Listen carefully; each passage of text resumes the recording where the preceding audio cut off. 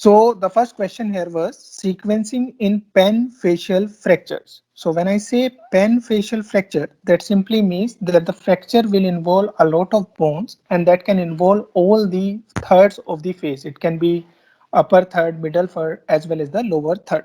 Now when so many bones are involved, we'll have to check which bones are actually fractured. So the options here were the palatal fracture, the zygoma fracture, the mandible fracture, and maxilla fracture. And then we were given different combinations. So let's see the concept behind this first. This question is actually from the bites, you can get the reference to it, the middle third fractures. So there you can get the treatment modalities for the pen facial fractures. So the pen facial fractures are nothing but that those are the fractures that involve all the three facial thirds. Then the treatment, there is very simple treatment which has been explained there. The first approach will be just reducing the palatal fracture so that you can maintain the width, right? After that, you can think of making the outer framework. Okay, if palatal fracture is there, then of course you have to reduce that. If palatal fracture is not there, then you have to be, you are going to establish the outer frame first. Okay, and then at last you will be approaching the leaf or one that will be the maxillary fracture.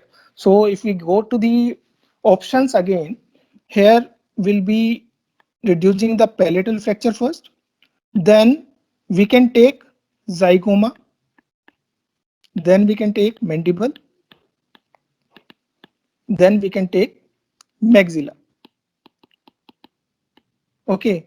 Or another approach could be palate has to be first, maxilla has to be last, and any other bone, any of the bone can be taken in between. Okay. So let's see the sequencing here. First we have A, that is palate, and last we have D in this, that is the maxilla, and C and B are in between. So this can be one of the appropriate option. Let's see the second option.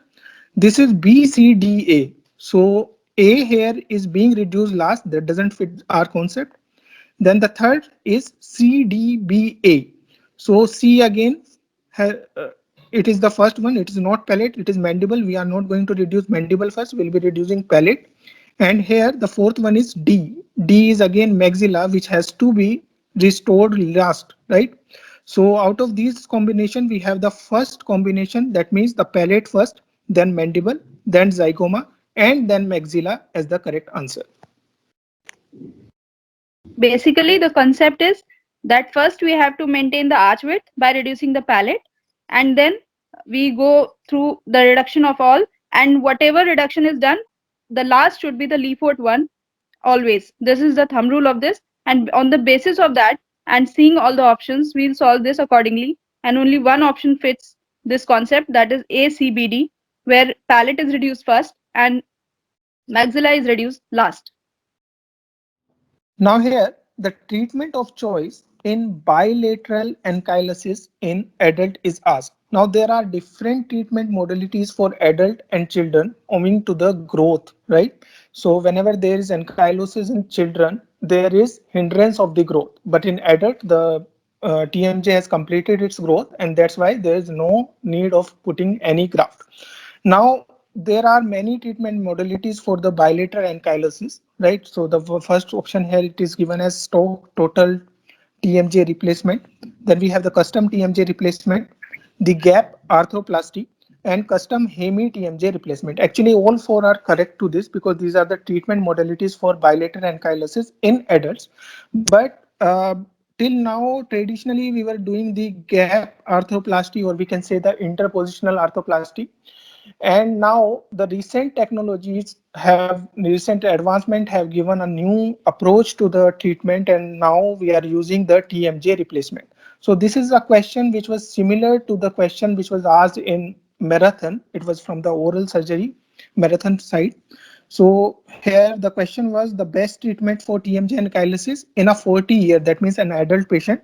So the answer to that was TMJ replacement, and we chose this over the gap arthroplasty. Okay, so now the AIMS has gone a little one step further. They have given the types of this TMJ replacement also. So they have given the customized one as well as The another one was this stock.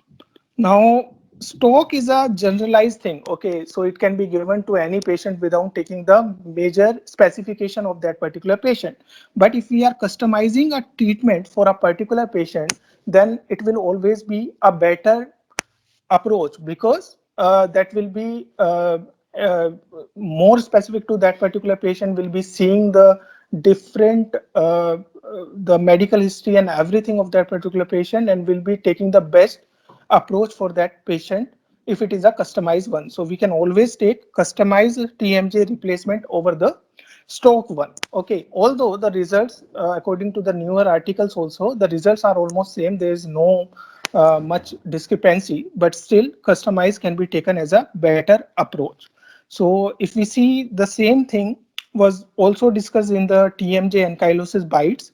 So there for the adults only TMJ ankylosis is there, then we don't need to consider the mandibular growth because it's already completed, right? So we can opt only interpositional arthroplasty, or sometimes we can say the gap arthroplasty also. But now we have newer technologies or newer treatment modalities, and in that the interpositional arthroplasty with reconstruction of TMJ is preferred, and that is a way where we can take the TMJ replacement as the answer. So you can find the relevant byte to this particular question in the TMJ ankylosis. That's under the topic of TMJ disease. So there you can find that for the adults, only TMJ ankylosis is there. Then mandibular growth is already complete, right? So we have to just think about giving a way so that the TMJ can function better. So the traditionally the treatment was interpositional arthroplasty, but nowadays we are getting newer advancements. So along with interpositional arthroplasty, we can take the reconstruction TMJ, or we can use the alloplastic TMJ. So this is what the customized TMJ replacement is. We are giving the reconstruction to that particular TMJ, and this is a newer approach, and newer approach can always be the preferential approach in this case, right? So the treatment of choice in this particular case is the customized TMJ replacement. Now this question, the properties of graft material includes all except.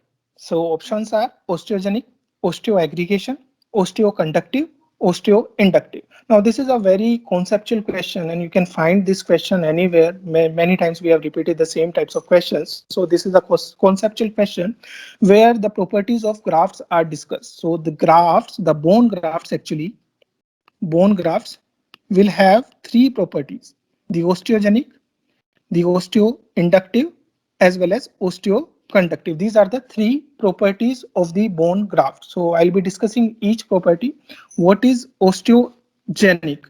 Osteogenic is nothing but it is the property of the graft by which the cells of the graft can produce the bone. Then let's come to the osteoconductive one. Now this is that property of the graft. The graft itself is not going to produce any bone, but it acts as the matrix of the graft.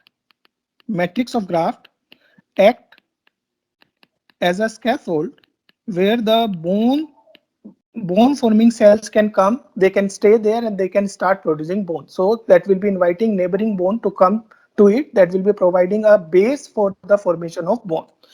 The third thing is the osteoinductive. Now this is interesting. Osteoinductive means, as the word indicates, induction.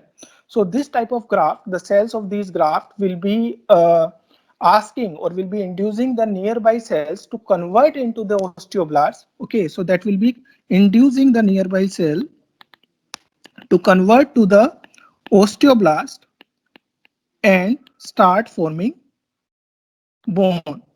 So these are the three important properties. So here they have asked the exceptions. So the properties of the graft material will be including osteogenic, osteoconductive, as well as osteoinductive, and the exception is osteoaggregation, which is not seen with any of the bone graft. During initial phase of tooth movement, how much tooth movement would be expected? Now the options are zero point 0.4 to zero point 0.9 mm, 1 to 1.25 mm, zero point 0.2 to 0.25 mm, or no movement occurs. Actually, while doing the orthodontic tooth movement, there are basically three phases which we have to deal with. The first one is the initial phase, then we have a lag phase or delayed phase, and the third one is the post lag phase. So I'll be discussing that. Let's come to the initial phase first. This question is from the orthodontics biology of tooth movement bite. You can find the relevant explanation there. So if we just talk about the question, the first phase is the initial phase, which is also known as the displacement phase. Now, this is a very rapid phase and it is observed over a short distance. Okay, and this particular phase, the displacement is zero point 0.4 to zero point 0.9 mm and it usually occurs over a week's time. So that's why the initial phase is very rapid. And in this, the tooth movement occurs over a distance of zero point 0.4 to zero point 0.9 mm. That is our answer. Now, let me discuss the two other phases. The second phase is the lag phase, which is also known as the delayed phase. Then we have the third one, that is the post lag phase, or we also call it the acceleration phase. Now, in the lag phase, virtually no tooth movement occurs. It or very minimal tooth movement occurs. It occurs almost for 2 to 3 weeks to 10 weeks, and it basically depends on the force which we are putting there. So there can be light forces or heavy forces. If light forces are there, then the lag phase will last for shorter period of time. But if heavy forces are there, then this will take longer time actually. Then the third thing is the post lag or the acceleration phase, that in which the fast move tooth movement occurs, and it is not as fast as seen in the initial phase, but yes, it is fast because of the remodeling of the alveolar bone. Also, in the initial phase, the tooth movement of zero point 0.4 to zero point 0.9 mm that is achieved. This is achieved irrespective whether the force applied is the light force or the heavy force. So the amount of tooth movement in the initial phase is the same. However, like Dr. Shivam mentioned, in the lag phase, it depends upon the amount of force that is applied, whether it's a heavy force or a light force. In a heavy force, there will be a rearward resorption will be seen because of hyalinization, which takes more time for the bony remodeling to occur. Whereas in lighter force, there'll be forward resorption and the lag phase will be shorter. There were two questions which were asked on CATS classification. So the first question was, note a qualitative classification of malocclusion. The options were CATS, Engels, IOTN, and British incisor classification. Now, out of these options, we can easily exclude the Engels classification and the British incisor classification because they do not give you the objective quantifiable quantities, right? Now, we have IOTN, which is basically an index, and we have the CATS classification in which you can quantitatively find out the amount of malocclusion or amount of discrepancies.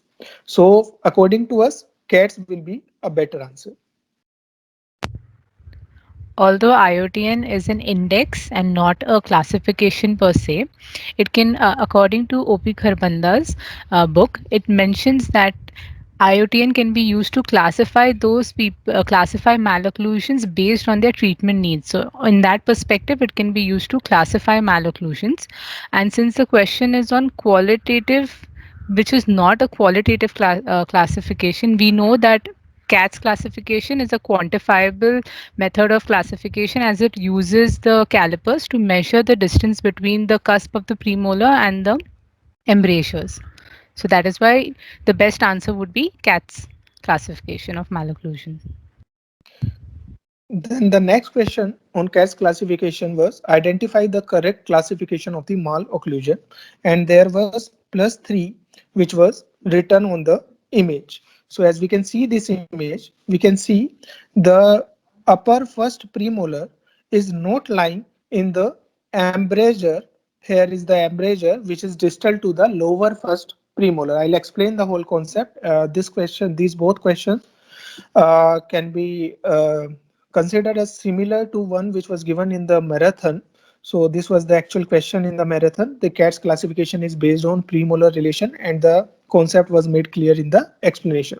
So if we go to the explanation, we can see here is the CATS classification, and there are three classifications, three classes.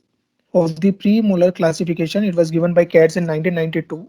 So premolar class 1 simply indicates that the most anterior premolar, that is maxillary premolar, I must say, fits in distal embrasure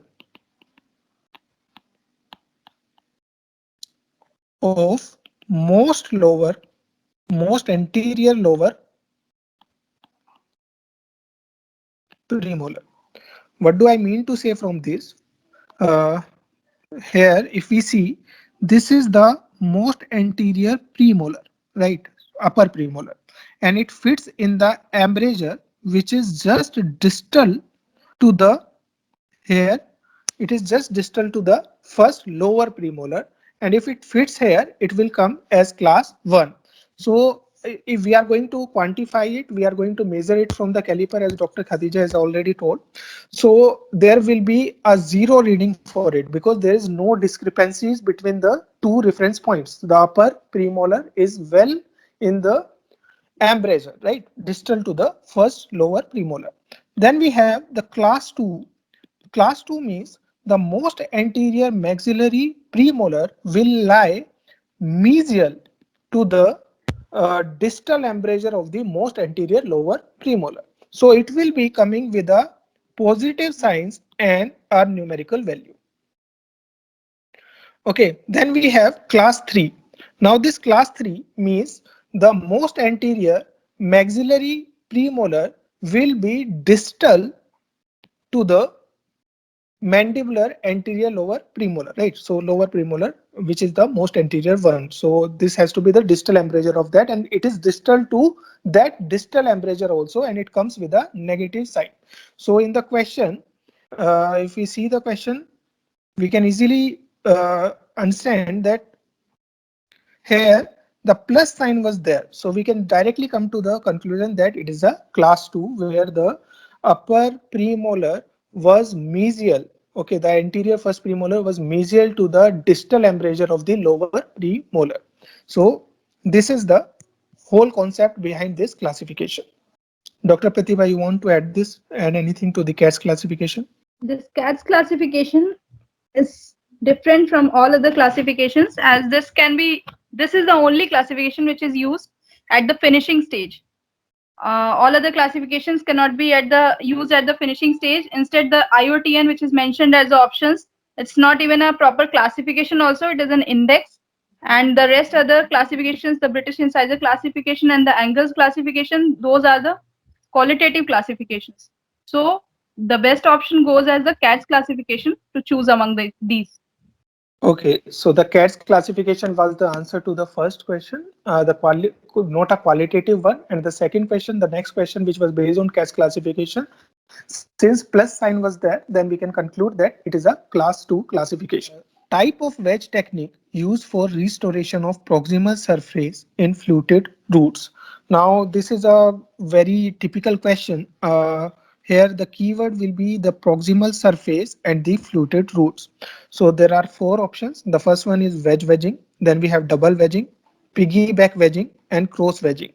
So the first 3 options we should be familiar with. 4 is just to confuse you. First one, the wedge wedging. If we see this question, the similar question was asked in Marathon 2020, and a very nice figure was given. The fluting word, which is the keyword for us, is there, as well as we'll have the proximal area also, where we are going to restore it. Wherever there is a restoration on the proximal area, we'll be going with that. So wedge wedging, it is a technique which may be used on the mesial aspect of the maxillary first premolar. It is used to adjust or adapt the matrix to the fluted, that is the concave area on the gingival margin. So this particular technique is generally used for the concave proximal areas. So this fluted term is nothing but it is the concave proximal area. For example, mesial surface of maxillary first premolar, right?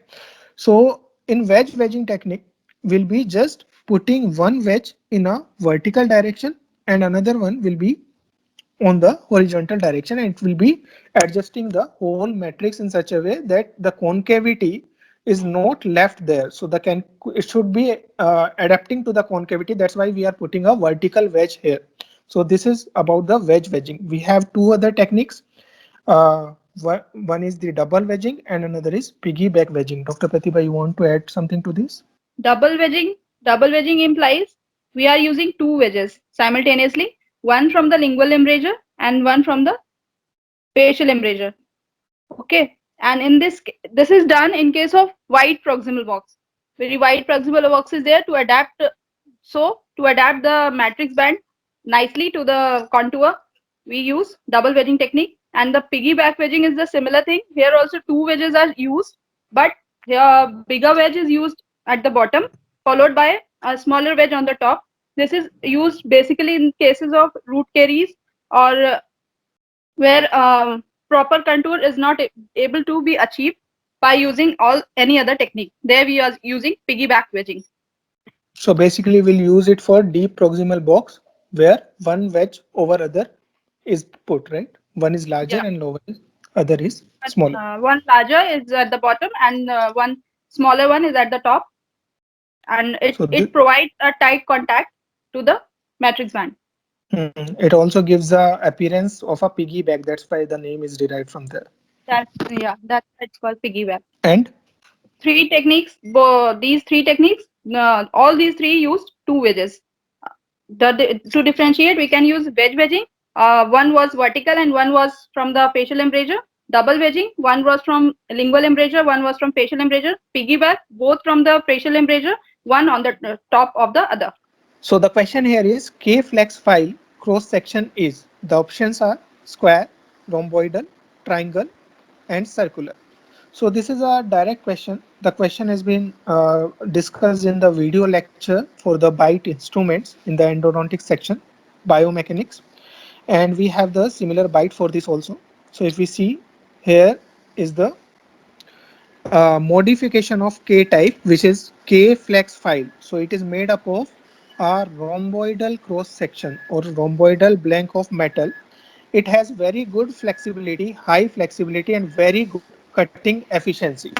So as we can see, this is a rhomboidal thing, and we can assume that this is the root canal. So there will be two acute angles. So these acute angles are basically involved in cutting. So there is a 2 point contact with the root canal and they will be cutting. And there will be two obtuse angle. They will be basically removing the debris from there. So this is a direct short question. K flex file, which is a modification of K type, is an has an rhomboidal cross section. Do you want to add something to it, Dr. Amir? Yeah, the other options that were given were square, triangular, and circular. So just to add up on what you explained, so K files, like you said, are also K flex files are a modification of K files. The K files themselves are made up of rectangular or squarish stainless steel metal blank, and K reamers are made of triangular stainless steel metal blanks, and the circular metal blanks are used for H files. So we have to remember each of these independently because they can also be independent questions on their own. Yeah, so for answer to this question is rhomboidal, Rhomboidal. K-flex Say. rhomboidal. Yeah. Fitted labial bow is made up of dash gauge wire. So the options are 21, 22, 23, 24. Now here the bows, these are basically the components, the active component of the RPD, right? So they will be helping in the retention as well as they will be doing minor corrections also. So the question reference we can find it from the bytes, the active components of the removable orthodontic appliances. So that will fall under the topic removable appliances in our app. And here's the explanation to the fitted labial bow. As the name indicates, it is fitted on the labial side or the labial surfaces of the tooth. So we can see it here, the anterior teeth from canine to canine. This bow is fitted and closely proximated to the labial contour of the anterior teeth. We can also see there is a U loop but this U loop is small. Since the U loop is very small, so it is not going to put much force to it, so there won't be any active movement. This is basically used for retention. Another reason for using this for retention only is that the factor is the thick wire. So it is using the 0.7 mm, that is the 22 gauge wire, which is a thicker one, and it doesn't cause any active movement of the teeth. So if we see the options, the 22 will be the direct correct answer. Dr. Amir, do you want to add to something? Yes. Now, on similar lines, if we ever asked about Robert's retractor, it is made up of a thinner wire. So, Robert's retractor is made up of 0.5 millimeter to 0.6 millimeter thick wire, which is 23 gauge wire, which can also be an alternative question on similar lines. Dr. Subhash, anything from your side? Apart from the fitted label bow, 22 gauge wire can be used for making Mills retractor also. Mills retractor is a specialized retractor in case of increased overjet is there. We can use Mills retractor for that patients. So Now the next question is, which of the following is correct for indirect retainers in Kennedy's class 1 condition? So here the Kennedy's class 1 condition is there. The four options are prevent movement away from the tissue to avoid rotation of the denture around the fulcrum, prevent movement away from the tissue in a distal extension denture, prevent movement away from the tissue to avoid rotation of denture around vertical axis, and prevent movement away from the tissue to avoid rotation of the denture around horizontal axis.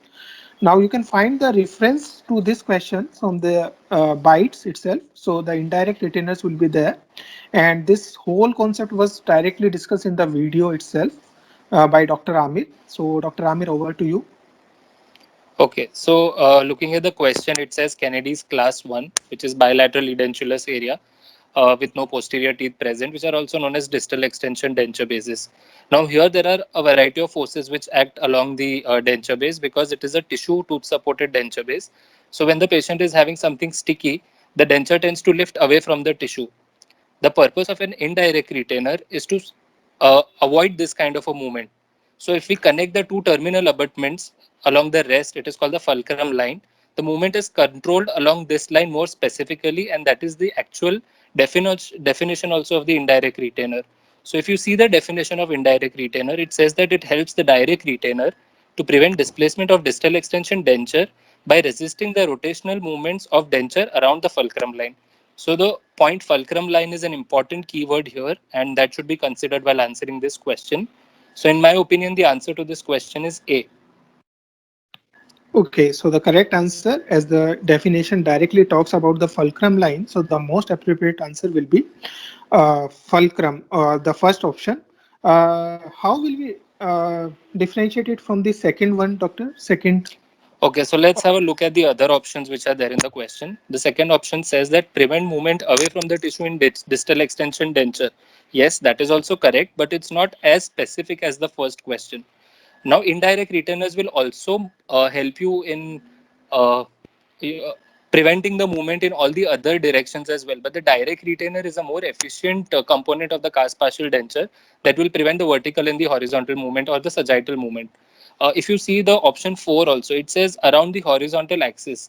It does not specify along which part of the horizontal axis. Like fulcrum line is along the horizontal plane, of course, but because answer 1 is more specific, it is the correct key to this question. The question here is vitamin A deficiency causes. So the options are night blindness, scurvy, megaloblastic anemia, and beriberi. So if we look at the reference to it, you can directly find it in the fat soluble vitamin, and this is a direct pick from there itself. So in the biochemistry, vitamin topic, bite will be fat soluble vitamin. You can find this.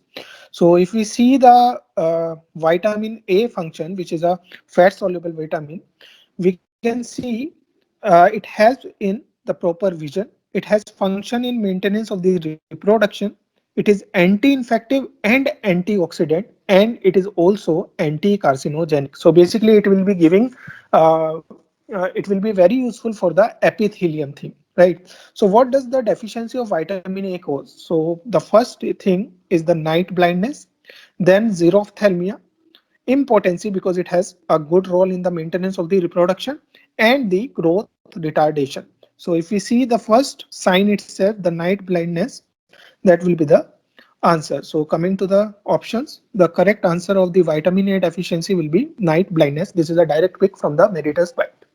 Dr. Subhash, do you want to add something today? Yeah, I want to add about the other options. If you look at the second option, scurvy, it is due to vitamin C deficiency. Other one, megaloblastic anemia, it is due to vitamin B12 deficiency. And the final option, beriberi, it was due to deficiency of vitamin B1. It is also called thiamine deficiency. Which of the following is used for diagnosis of angle fracture? So when we look at the techniques, the radiography technique for angle fracture, it will be similar to those in the posterior body of the mandible, or we can also say it can be in the at the junction of the ramus also. So if we try to find the techniques, the appropriate techniques for posterior body or the ramus, then we can also have the angle fracture view also, right? So we have explained this in a question, and we have given attached table from the White and Farrow. So this one is the important table which we have to focus on. So if we see the various radiographic techniques, so for the mandibular body and ramus, if we try to find out the maximum useful technique, so this color represent the maximum useful technique. So that will be oblique view, that is of course the lateral oblique view, and the panoramic technique, right? There can be a lateral ramus as well as the panoramic view. So if we come back to the options again, so of course lateral oblique can be a choice. Then we can have panoramic high usefulness, right? So these two options were the combination AD, explaining both A and D, that is lateral oblique as well as panoramic. Dr. Subhash, you want to add something? Yeah, I would like to add a note on peer view. Peer view is mostly useful in orthodontics for PO cephalometry. In that way, it is basically used to diagnose gross asymmetries in the patient. Apart from that gross asymmetries, peer view can be used for orbital fracture, nasal cavity fracture, and frontal sinus fractures. And looking at the other option, which was we eliminated, Waters view. Waters view is also called mainly used for maxillary sinus. It is also called PNS view. It is used for coronoid fracture, orbit fracture, and zygoma fracture. Also, it is used. So as Dr. Subhash has included the use of PA view, it's mainly used in asymmetry, orbital fracture, and frontal sinuses, as well as Waters view, maxillary sinus, coronoid, and zygoma. Here they will be having high usefulness as per the table given in the White and Farrow, and that is included in the explanations in the question bank itself. Sharp instruments are discarded in which colored bag? So the options here are the red, yellow, black, white. White or blue were given actually.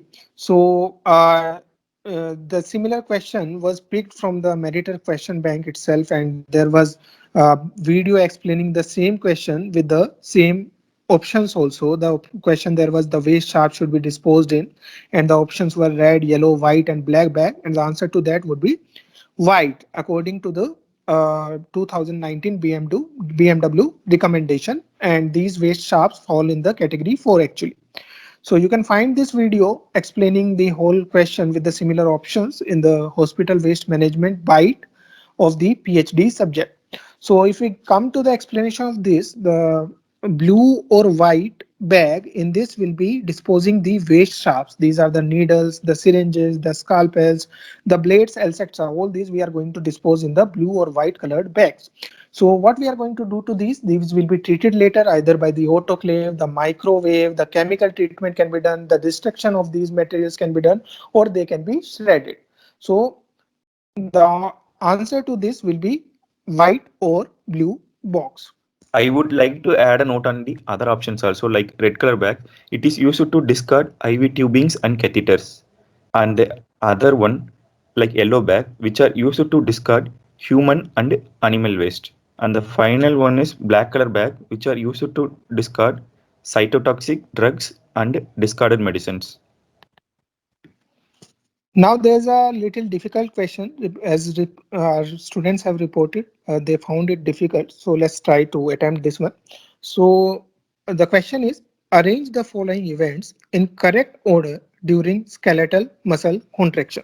So skeletal muscle contraction, if you go to our bites in the neuromuscular junction, that is the top under the topic nerve conduction and neuromuscular junction in physiology, you'll find something related to this, the neuromuscular junction and all. So there are three events here. So there will be presynaptic nerve ending, synaptic cleft will be there, and there will be postsynaptic motor end plate. Okay, so we'll just discuss the events and it will become much easier.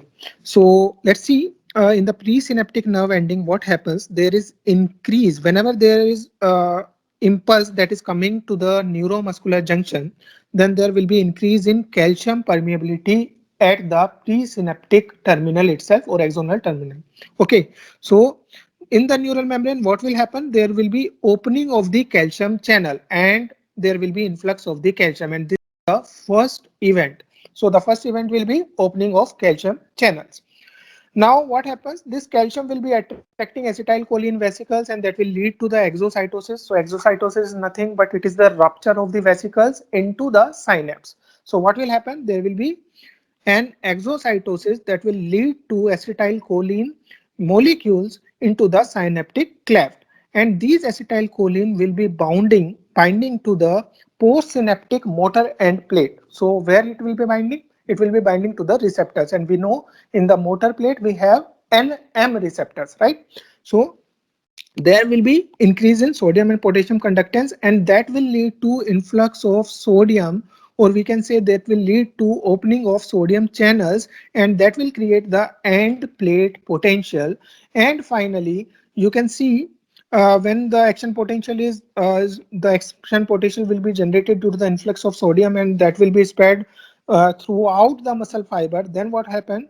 There will be binding of calcium to the troponin C, right? So there will be release of calcium from smooth reticulum system due to opening of calcium channels. So if we try to understand the events, first there will be opening of calcium channels, then there will be rupture of the acetylcholine vesicles in the synaptic cleft.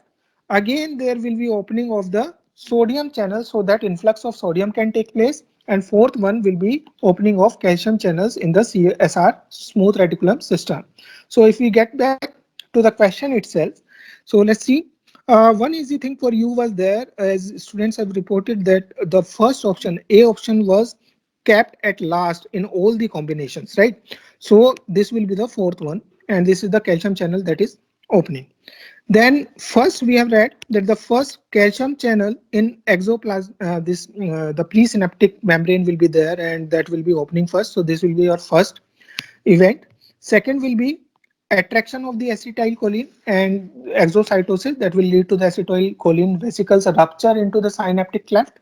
And the third event will be increase influx of the sodium that will generate the action potential by opening of the sodium channels. So if we try to get the correct combination, then we'll have C, B, D, and A. So this will be the correct combination. Riedel's seventh theorem of retention. So this is a direct pick actually. You can find this particular Riedel's theorem. Riedel has proposed almost 9 theorems for retention and relapse. So you can find this in the retention and relapse bite under treatment planning topic of orthodontics. So this is a direct pick from here. So we can just discuss about the theorem 7. So theorem 7 is nothing but it states that the corrections carried out during the period of growth are less likely, and there will be less risk of the relapse. So if we see this, we can come back here and we can see the third option directly explain this one, and this is a direct pick from there itself. Correction carried out during the period of growth are less likely is the risk of the relapse. So this basically tells you that the corrections are better to be done in the growth period to have a better outcome or better retention for a prolonged time of period. I would like to add about the other theorems which have given by Riddles. He have given totally 9 theorems for the retention, and the 10th theorem which was added by Dr. Moyers. It is here we have to know these theorems in a sequential order. First theorem which talks about the teeth that tend to have moved to return to their former position, and which means that whenever we are whatever correction we are doing, it will return to their original position. And the second theorem talk about the cause, which is elimination of cause of malocclusion will prevent relapse, which means if there is anterior crossbite, we have to address the cause of the crossbite, or else it will tend to come back to their original position. Coming to the third theorem, malocclusion should be overcorrected as a safety factor. We can take as a rotation as an example. If we are doing a rotation correction, we should overcorrect the rotation because always the malocclusion tend to relapse. Coming to the fourth theorem, proper occlusion is a potent factor in holding teeth in their correct position. Of course, we know that we have to give the proper occlusion to the arch forms, or else it will tend back to the original position. Fifth theorem, bone and adjacent tissue must be allowed organized around newly positioned teeth. Here they are talking about adjacent tissue in the sense soft tissue they are taking. Teeth will adapt quickly to the force, but bone and soft tissue will take some extra time to adapt to their newly position. So it is mandatory to allow it to adapt it. And the rest of the theorem will Dr. Khadija will add. The next theorem, that is the theorem 6, states that if the lower incisors are placed upright over the basal bone, they are more likely to remain in good alignment. So this is similar to that was given by Tweets, which in which he also mentions that we should place the lower incisors upright or at 90-degree with the basal bone. This helps in retention. The next theorem, that is the theorem 7, that was also discussed in this question, is that corrections carried out during periods of growth are less likely in the risk of relapse. This was already taken up. Theorem 8 is that the further the teeth have been moved, the lesser is the risk of relapse. Now, this is a bit controversial, but we can understand it by if the more the teeth that have been moved, so obviously we are applying pressure to move the teeth, so they cannot come, they can move back and they can try to move back to their original position, but they can't move back completely to where they were at the starting point. So the more the teeth have been moved, the lesser is the risk of relapse. Theorem 9 states that the arch form, particularly in the mandibular arch, cannot be permanently altered by appliance therapy. And the 10th theorem states, this was given by Moyers, and this states that many treated malocclusions require permanent retaining devices. For example, midline diastema is notorious for relapse. So these require a permanent retention device. Now the next question is from the instruments of the periodontology, neighbors probe. Now this is very direct question. We have also discussed many based question on this particular probe. So neighbors probe is used for furcation, periodontal pocket, recession, clinical attachment level. So although we have discussed this in bytes, we have we have the images for the neighbors probe as a question, image-based question. But yes, there was a direct question from the question bank. You can find this in the periodontology, periodontal instruments question bank itself. So the question is, furcation is measured by, and the answer was neighbors probe. So this is almost the same question. The just opposite is asked, that the neighbors probe is used to measure, of course, will be having the furcation as answer. I would like to add that neighbors probe is a round-ended probe which is used to measure furcation easily because it is color-coded. So there are 4 markings on it, that is 3 mm, 6 mm, 9 mm and 12 mm. This helps to measure the furcation areas easily because of the color coding. I would like to add this thing also. There are 2 bands. So the band width is 3 to 6 mm. That will be black color coded, and then from 9 to 12 mm also there will be black color coding. We know that furcations have 2 components, that is vertical and horizontal component. Neighbors probe is particularly used for measuring the horizontal component of the furcations. Yes, you will know that if you're looking at the other options like periodontal pocket, recession, and clinical attachment level, these 3 components are usually we measured by Williams probe. Now the next question here is, Movement of magnetostrictive scalar tip. Now this is important. This is a kind of ultrasonic instrument we are using here. So this is a direct pick from the question bank itself. In the question bank, we have already discussed about this, and this is the exact question with almost exact option also.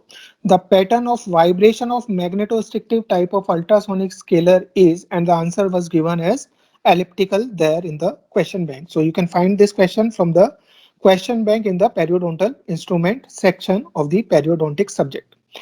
Now you can also find the attached bite. We can the bite is sonic and ultrasonic instruments, and there you will have this particular topic under the periodontal instruments in periodontics bites. So there's nothing but we have two types of ultrasonic units. One is the magnetostrictive and another is the piezoelectric. So magnetostrictive has the pattern of vibration of the tip in a elliptical fashion. So that will be a elliptical movement. So magnetostrictive has a elliptical pattern of movement. We can remember this easily by using the mnemonic MEA, which stands for magneto-elliptical. M stands for magneto, E is elliptical, and A is all side movement. So this will help us to remember the pattern of movement. Whereas in piezoelectric, we can remember it by using the mnemonic PLT. P stands for piezo, L is linear, and T is two-side of movement. So that is only linear movement, that is back and forth, whereas magnetostrictive is all sides, that is four-sided movement of the tip is seen. Another thing about this particular ultrasonic unit is the frequency range which we use for this is from 18,000 to 50,000 cycles per second. Though magnetostrictive instrument is an advanced instrument in compared to hand instruments for used for scaling, but we can't use this magnetostrictive instruments to cardiac pacemaker patients. But we can use the piezoelectric scalars to the cardiac pacemaker patients. It is a great disadvantage for the magnetostrictive scalars. So the correct answer to this particular question is elliptical, and this is a direct pick from question bank and the bytes also. So this is another question from the you can get it directly from the bytes itself. Wien's type 3 is. So before I get into the options, let me show you the byte from which it is taken. You can find this particular question in the classification of root canal system byte of tooth morphology topic. And if we get into depth of this, the Wien's classification, it was given by Wien et al. In 1969, and he was the first to categorize root canal configuration with a single root. So when there is a single root, but there are different canals, there can be multiple canals also, right? So that particular morphology was described by Wiens for the first time. So he gave four types. Type 1 is 1-1. 1-1 means the single canal will be arising from the pulp chamber. Single canal will be arising and it will be coming to the apex as a single canal and coming out as a single foramen.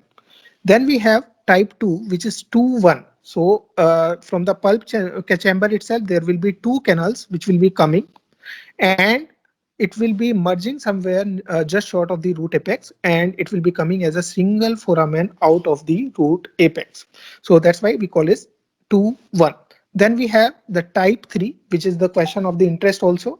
Two separate canals or the distinct canals will be coming out from the pulp chamber, and they will be moving as two separate canal only throughout the root, and they will be coming out from the apex as two different apical foramen or two different canals. So this was the type 3. Then we have type 4, which is 1-2. Basically the canal will be coming as a single canal from the pulp chamber, and somewhere it will be bifurcating into two in the root itself, and it will be coming out as two separate canals or two foramen. So let's get back to the Wien's classification.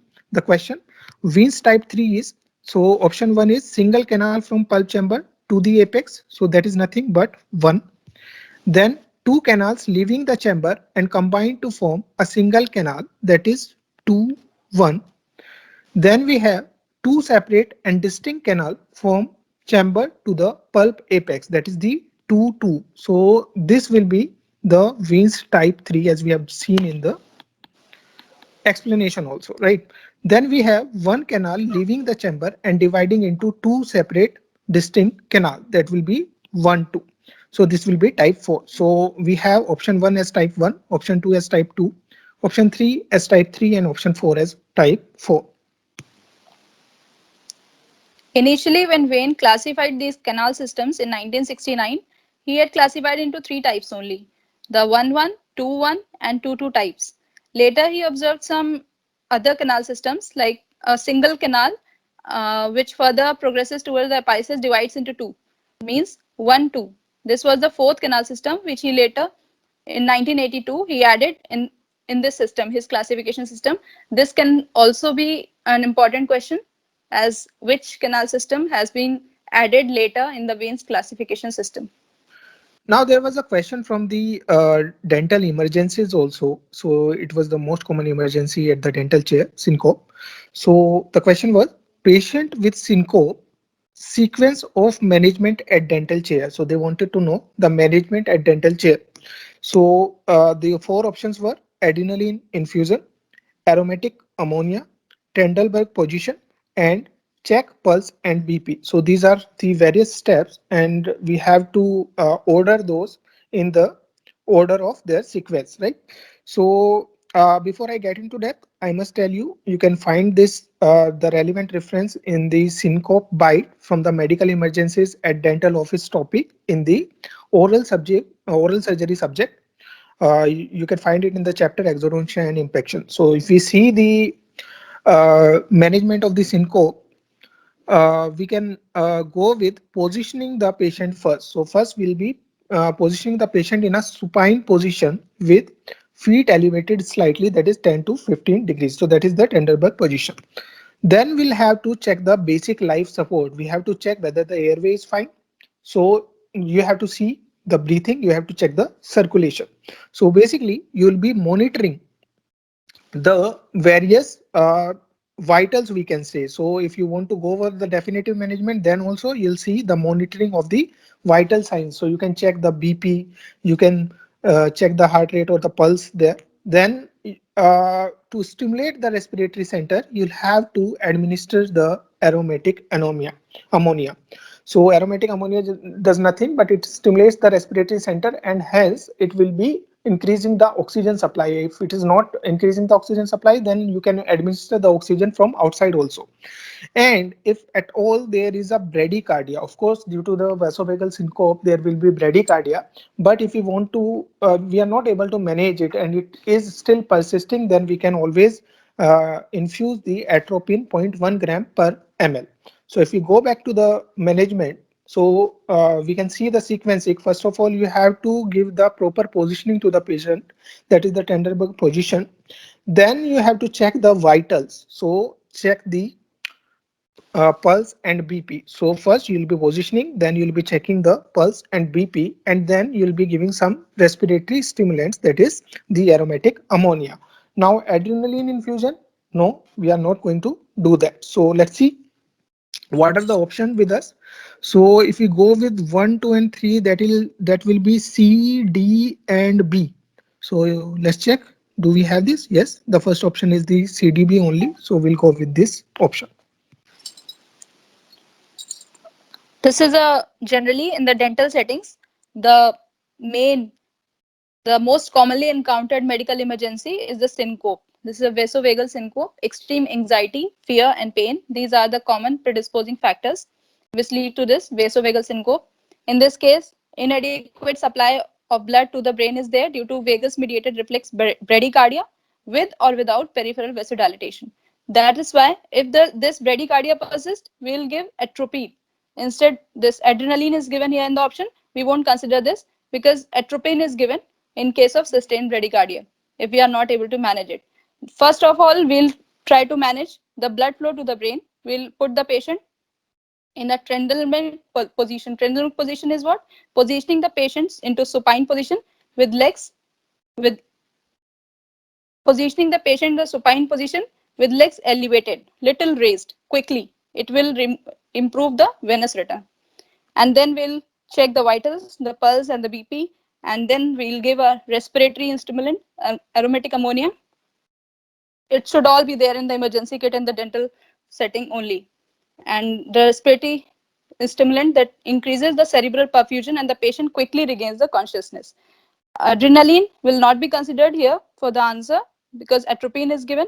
So here, what options we are left with? We are left with C, D, B only. Had there been option A, atropine instead of adrenaline, then only we'll go with 3.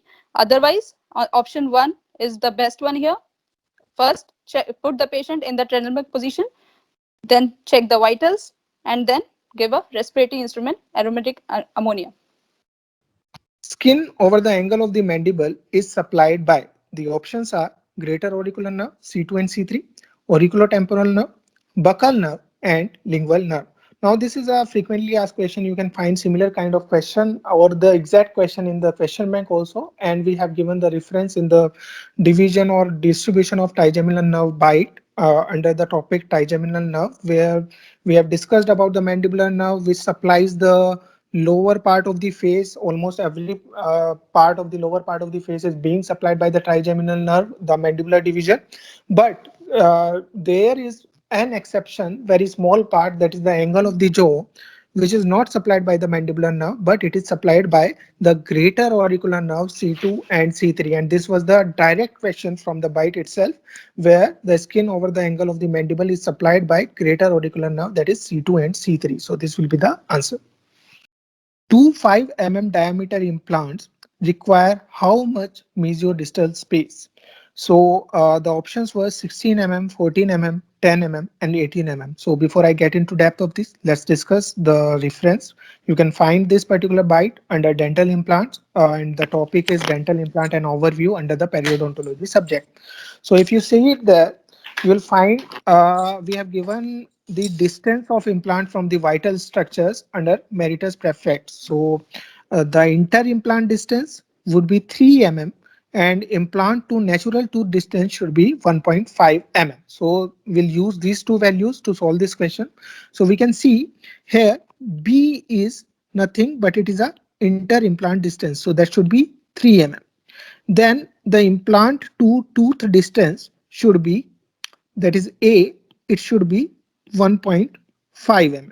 Okay, so we have 2A. So we can always go with like, if we try to put it in a formula, we can use A plus implant distance, that is 5 mm. It's given in the question. Then we'll have our B. Then again, we'll have the second implant, that is 5 mm. And then again A. And our A is 1.5 mm. Then 5. Then again 3 will be there, B is 3, then 5 mm, and then 1.5. And if we total it, it comes around 10, 3, 13, and 3 more 16. So we'll get the first as the correct option. We'll have the total distance from here to here should be 16 mm. We'll also talk about some other important questions which are asked from these implants, as the proximity of the implant from vital structures. Like if maxillary sinus in the if the implant has to be placed in the proximity of a maxillary sinus, minimum distance of 2 mm should be maintained. For inferior alveolar nerve, the same 2 mm. Nasal floor, from nasal floor also 2 mm distance should be maintained. And mental foramen, this is very frequently asked question. Mental foramen, the distance should be 5 mm. Anterior loop of mental nerve is there. 5 mm distance should be maintained from the mental foramen. And minimum amount of bone around an implant, that should be 1 mm. So here in the question, we have got two implants of 5 mm each. The inter-implant distance should be 3 mm, and the distance of an implant with from a natural tooth should be 1.5 mm.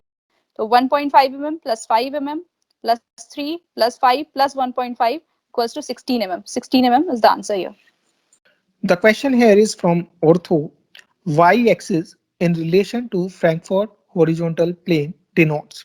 The options are types of vertical or horizontal growth pattern, relationship of mandible with cranial base, relationship of maxilla with cranial base, and horizontal relationship of mandible with FH plane. So let me show you the reference to this. You can find this particular concept in the Downs analysis under the model analysis or in the orthodontia cephalometry chapter. So as the bites itself indicates it y-axis, and that simply tells you, the title itself tells you it is the growth axis. So half of your job is done here itself. Let's discuss about the y-axis first. So this is the angle which is made. This particular angle is the angle, and it is the angle between the Sela to Gnathion and the Frankfurt horizontal plane. So this is the actual angle which we refer to as y-axis. So the mean value of this is 59. Now what's the importance of this y-axis, as we have already discussed it as the growth axis. So if the angle is greater than 59, or the basic range more than 66 degree, if we see, so it will be indicating the greater vertical growth pattern of the mandible. And if it's smaller than the normal, it indicates the horizontal growth pattern of the mandible. So if we come back to the options, y-axis in relation to FH plane denotes the type of vertical or horizontal growth pattern. So answer to this question will be first. Apart from this, if you see the growth pattern, the reason why do we want to study the growth pattern is to detect the prognosis of the cases. Like if the vertical growth pattern is there, we can conclude that the prognosis will be poor and the result will be very difficult to achieve. In the same scenario, the vice versa will be applied for horizontal growth pattern. In this case, the treatment will be easy and the patient have muscular growth, and the treatment will be concluded very fastly. The other than that, vertical growth pattern is also called hyperdivergent, and the horizontal growth pattern is also called hypodivergent cases. Now the next question here is which inhibits bone resorption? The four options are given. First one is OPG. Then we have interleukin 1, interleukin 6, and PTS, that is parathyroid hormone. So before I get into this, I must tell you that this particular question, you can find the reference to it in the BITES, the biological tooth movement, under biomechanics chapter of the orthodontics. So there we have already discussed about the pressure side and the tension side. So we know on the pressure side during tooth movement, there will be bone resorption. So yes, so wherever there is bone resorption, there will be increase of certain mediators and there will be decrease of certain mediators. So I won't get into much detail of that. I'll just tell you that at the bone resorption site, there will be decrement in the OPG. OPG is nothing but it is a short form of osteoprotagrin. Okay, so this osteoprotagrin is going to be decreased, and we can infer from here that OPG is inversely proportional to the bone resorption. Okay, so if we see the options, we have the OPG, which is inversely proportional to the bone resorption, can be taken as the correct answer. That is the first one. Now, little more about this OPG. I must tell you the mechanism of the bone resorption. So there are certain cells which are known as osteoclasts. Now these osteoclasts carry certain receptors on their surface. Okay, and these receptors are known as rank. Now for activating this particular osteoclast and ask it to get this to start bone resorption, we need a ligand which goes to the ligand is rank L, and this rank L goes to the receptor, binds here, and it activates the osteoclast and leads to the bone resorption. But there's a catch. There's another molecule known as OPG, and this OPG inhibits this rank ligand, and it does not allow this rank ligand to go to the rank receptor of the osteoblast, and hence prevents the bone resorption. And this is what is asked in our question also, that the molecule that inhibits the bone resorption is nothing but OPG. I would like to add a note on the other options like interleukin 1 and 6 and parathormone. The out of these, interleukin 1 and 6 are the pro-inflammatory mediators, which we can see abundantly in the bone resorption areas. Out of the interleukin 1, there are main two subtypes like alpha and beta. In this, alpha is less intense compared to beta. Beta, we can see it in periodontal bone resorptions, orthodontic bone resorptions. We can find interleukin 1 beta. And final option is parathormone. Parathormone, we can see it is secreted from the parathormone gland due to the negative feedback mechanisms whenever there is a serum calcium level is decreased. It increases the bone resorption by binding it to osteoclast. One important thing about this parathyroid hormone is the functional PTH receptors are present on the cells of the osteoblast lineage. It causes bone resorption. It should not be confused it because it is also an important question like where on which cells the parathormone receptors are present. The parathormone receptors are present on the osteoblast, but still it causes bone resorption. The tooth is neither mobile nor displays. So they have given you the keyword here in the option itself, and they want to know the type of luxation injury, right? So the four options were given: the subluxation, concussion, lateral luxation, and intrusion. So it is also a direct pick from the bites itself. In the luxation injury bite, you can find it under the topic endodontic traumatology, where it is given in the endodontic subject. So all the five luxation injury are beautifully explained in this form of a table itself, and we can see for the concussion itself, uh, the the feature is here displacement, and in concussion you won't find any displacement, as well as mobility there won't be any mobility also. Just there will be pain on percussion. So this is the only clinical finding of the concussion, where there will be only pain on percussion, and you won't require treatment for this also. It will get resolved in 1 to 2 weeks. Just observation is required. So if we see the question again, the tooth that required that has neither mobile nor displays, that means it is a concussion case. I'll talk about the different luxation injuries. All are mentioned here only. Subluxation, concussion, lateral luxation, and intrusion.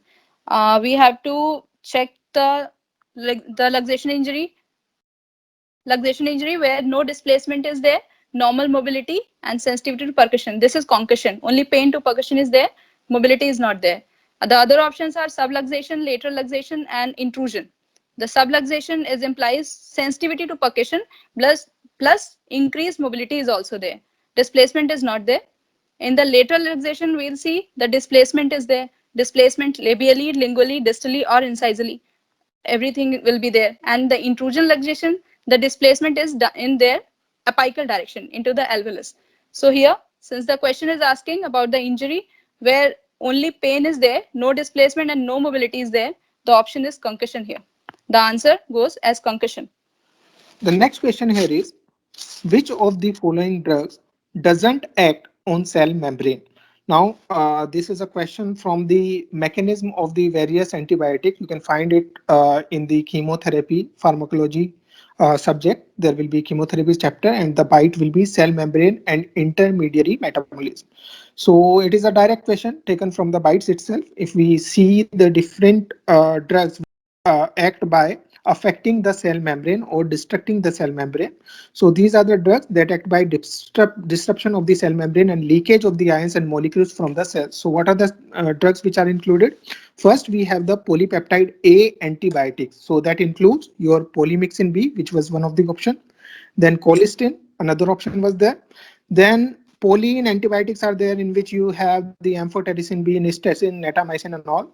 Then we have the azoles, so ketoconazole, fluconazole, and itraconazole. All these are the drugs which act by acting on the cell membrane. So exception to this will be the vancomycin, and this will be your answer because it acts on cell wall and doesn't act on the cell membrane. Vancomycin is the drug of choice for resistant bacteria, MRSA. For the MRSA, vancomycin is given, and it is a very frequently asked question. And still, it's if the bacteria is resistant to vancomycin also, for the teicoplanin, linezolid, these are the drugs of choice in such cases. Here, it's the answer, as this is the only drug which is here in the four options which is acting on cell wall. Rest three are acting on cell membrane. Yeah, I want to add one more thing to this. If the bacteria is VRSA and you get both the choices, teicoplanin as well as linezolid, so better option will be linezolid. So this is also, as Dr. Pratibha said, a very important question for your exams. Cells of macula densa is found in. So the options are PCT, Bowman's capsule, DCT, and afferent arteriole. Now, this is an exact question from the question bank, and we have two versions of this question. One gives Henley's loop as answer, the ascending limb of the Henley's loop. And if Henley's loop is not there in the answer, then we can select it as the DCT. So basically, it is considered as per the Ganons that it is seen at the terminal portion of the ascending limb of the Henley's. But many books also tell that it is found in DCT. So basically, this particular question deals with the macula densa, and it is you can find this in the question bank of the renal system from the physiology, and this was the exact question. So macula densa in kidney is located in relation to DCT.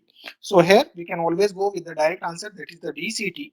But I should mention that these macula densa marks the beginning of the DCT. So these are generally present on the terminal portion of the Henley's loop, but some books also say these are present in the DCT. So basically, it is going to mark the beginning of the DCT. You want to add something to this, Dr. Pratibha? Um, I'll talk about juxtaglomerular apparatus. That's a specialized organ which is situated near the glomerulus of each nephron. It is formed by macula densa, extraglomerular mesangial cells, and juxtaglomerular cells. Macula densa is a part of the JGA, just juxtaglomerular apparatus.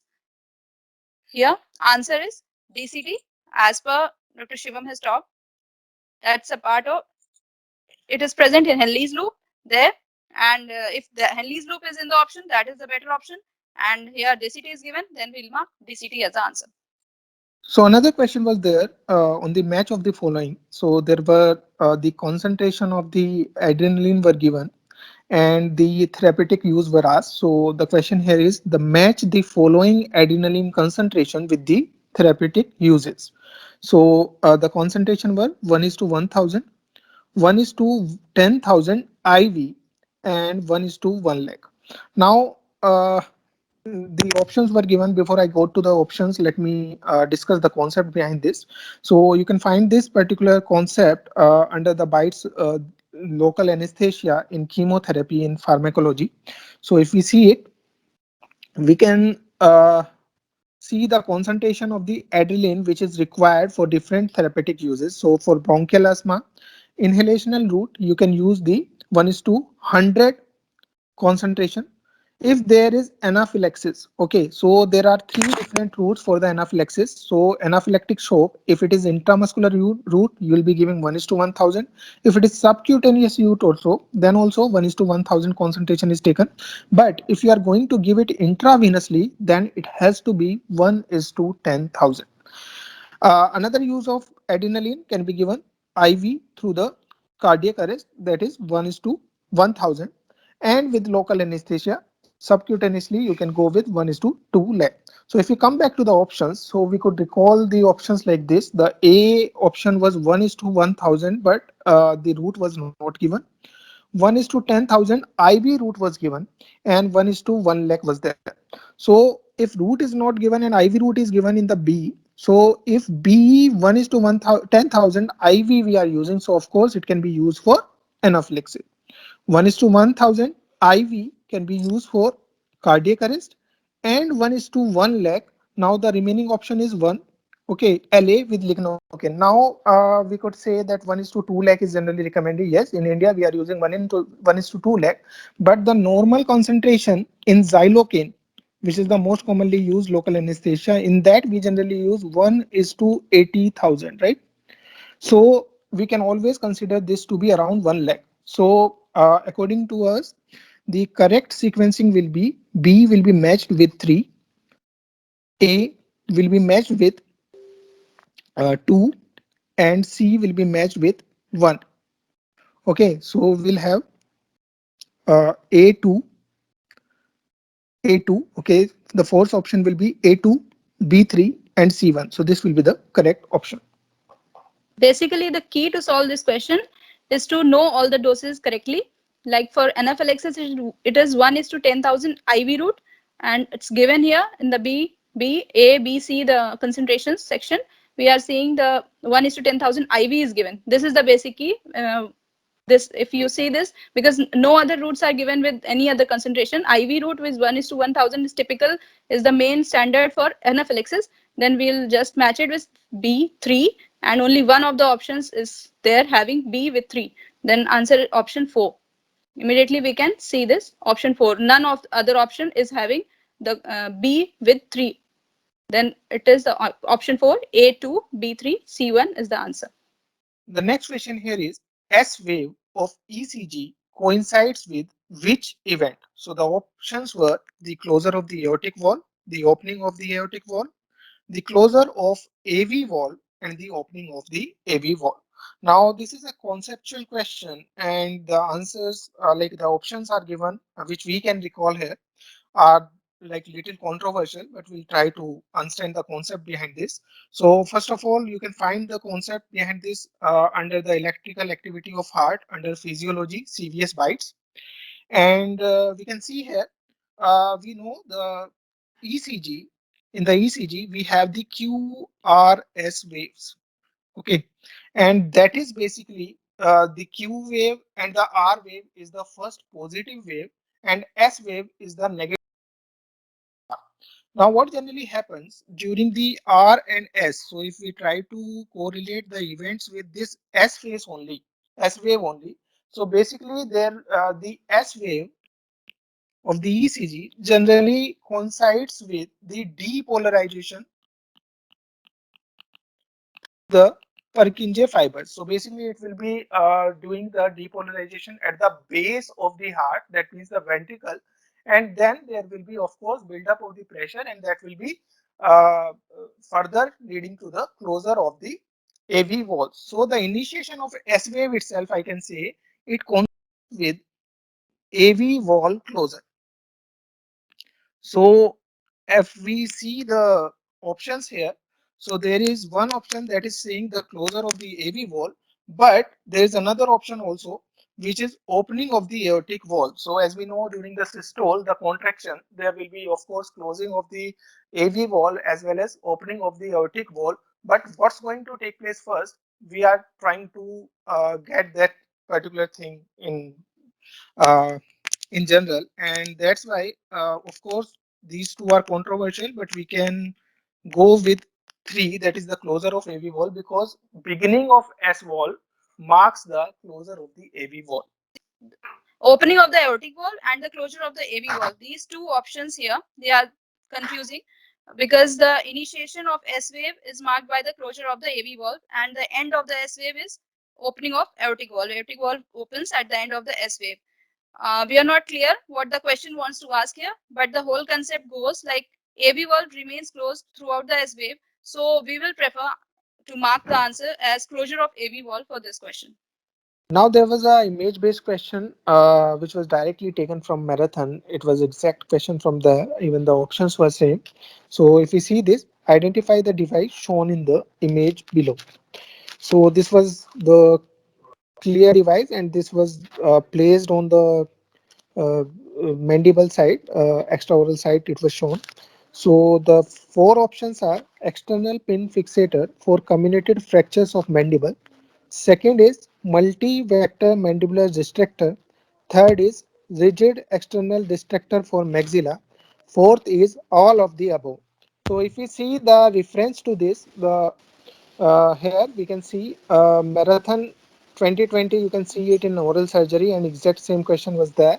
So it was having a detailed explanation also. So if we see the explanation, it is clearly mentioned that multi-vector distractor can be used to perform multi-vector distractions, right? So why means in different direction we can go, and we can do the distraction in all the 3 dimensions actually, and that's why it is called as 3-dimensional or multi-vector distractor. So the 3-dimensional manipulation of the external distraction mechanism for post-operative vector adjustments require only single osteotomy. Now this becomes important because it is decreasing the morbidity of the patient, right? There will be less bone loss, and there will be single osteotomy that will be required. So if we go back to the question, it will be having the similar answer as given in the marathon. The answer is multi-vector mandibular distractor. Now there was a question from salivary gland mucocele. Now this mucocele is seen most commonly on. So the most common site for mucocele was asked. The options were floor of the mouth, upper lip, lower lip, and hard palate. So you will find this question directly from the app. You'll see this particular question with the similar type of options also. Just there was floor of mouth in place of buccal mucosa. Or anyways, that was a wrong option only. Just we need to exclude this out. Now the mucocele is seen most frequently on upper lip, hard palate, and lower lip, and answer was given as lower lip. So you'll find this in the extra cover chapter of oral pathology and medicine.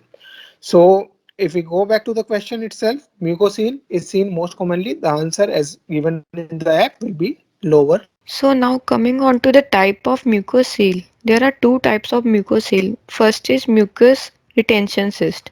The other name of this is salivary duct cyst. This cyst is caused by obstruction of minor salivary gland duct, which cause pooling of saliva. This results in dilatation of the duct and forms a cyst-like lesion.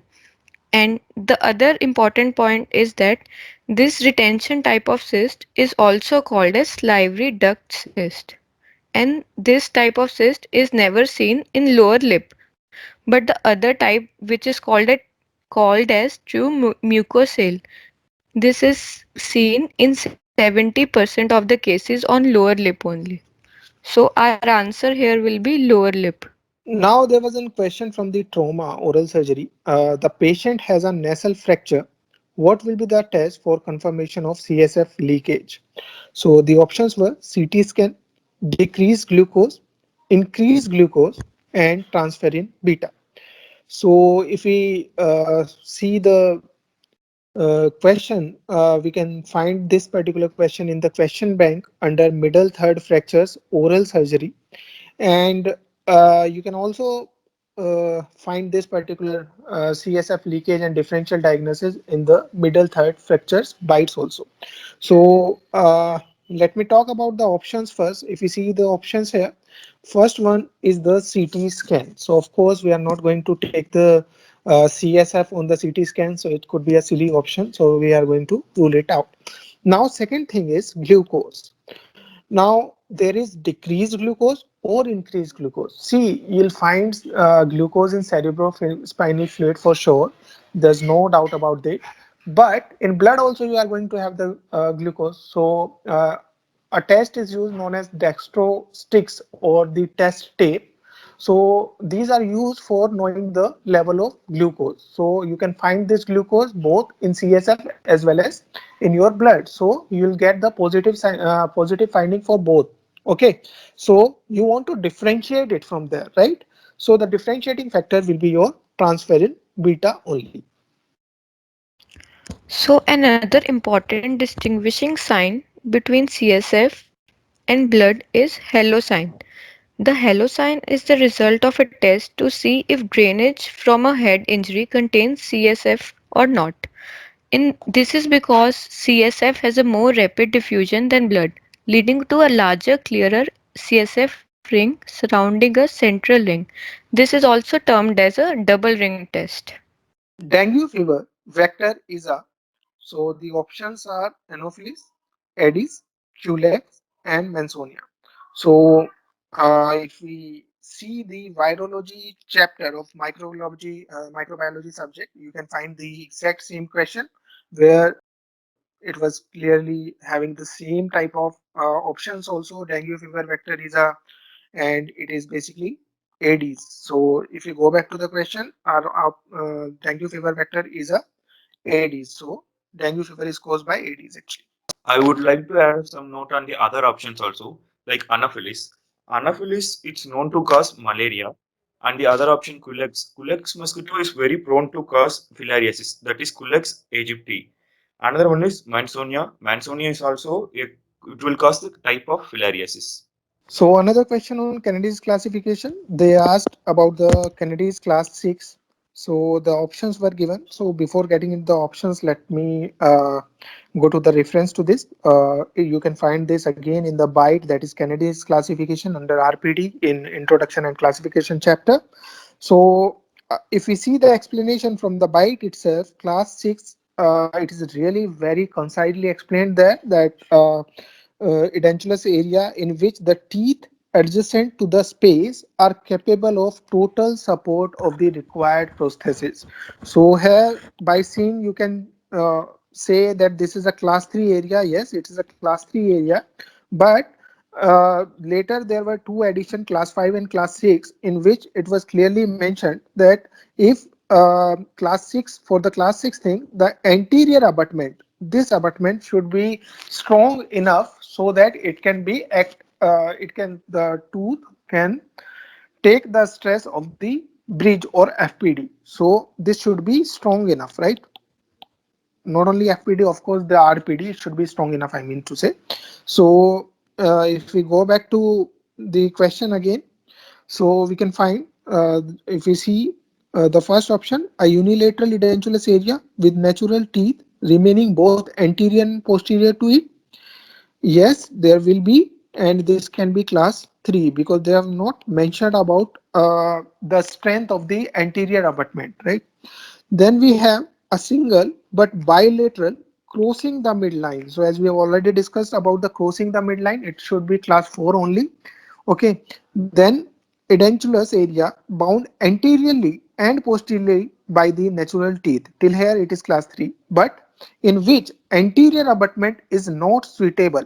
Okay, it's a weak abutment actually. So it won't be class 6 because for class 6 we need the strong abutment, right? So if we go to the fourth option, edentulous area in which the teeth adjacent to the space are capable of total support of the required prosthesis. So this one here you can see, of course it is a class 3, but the anterior abutment is strong enough so that it can provide the total support to the required prosthesis. So answer to this will be option 4, that is this will be the class 6. So, due to some disadvantages of Kennedy's classification, Applegate modified this Kennedy's classification in year 1960. What was the basis of classification of Applegate? He modified the classification on basis of abutment condition of the abutment tooth. In class 3, the interior abutment was not suitable for the sport, like lateral incisor, and in class 6 the interior abutment was capable of total support. This was the main difference between class 5 and class 6. So in class 5, as Dr. Samida has told, that anterior abutment could be lateral incisor. So if they mention lateral incisor, then it would be class 5. And if there is canine that is strong enough, having a very good root length, so that could be taken as class 6. A single but bilateral crossing the midline edentulous area located anterior to the remaining natural teeth. So actually there were two questions which are reported from the students on the Kennedy classification. So the first question, it is the description of a classification. Let's see where we can find it. If we go to the byte, that is Kennedy's classification under RPD in the introduction and classification chapter, you will find this particular byte where class 4 is a single bilateral edentulous area which is located anterior to the remaining natural tooth. So here these are the remaining natural teeth, and this area, that is a anterior area basically, right? And it is an edentulous area which is bound by these two things. So it is going to cross your midline. So these are two important things about this class 4 Kennedy's classification. So if we go back to the question, we can easily find that this is a description where the crossing the midline is also mentioned. The answer to this will be Kennedy's class 4.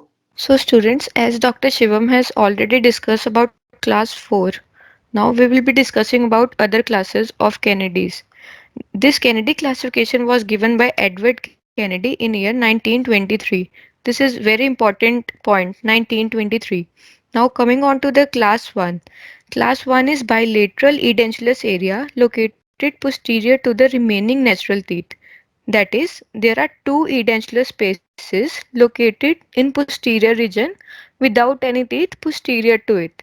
The other name of this is distal extension. Now, class 2. Class 2 is unilateral edentulous area located posterior to the remaining natural teeth. That is, there is a single edentulous space located in the posterior region without any teeth posterior to it. The main difference between class 1 and class 2 is class 1 is bilateral and class 2 is unilateral. Now coming on to the class 3 is the unilateral edentulous area with natural teeth anterior and posterior to it.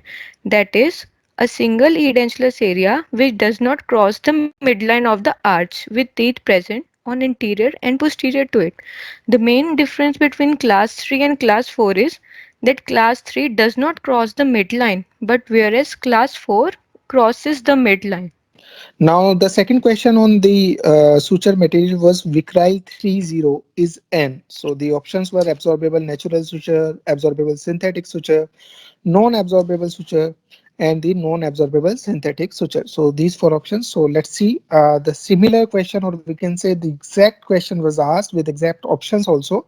The question you can find in the pre-prosthetic and orthognathic surgery and miscellaneous under oral surgery subject.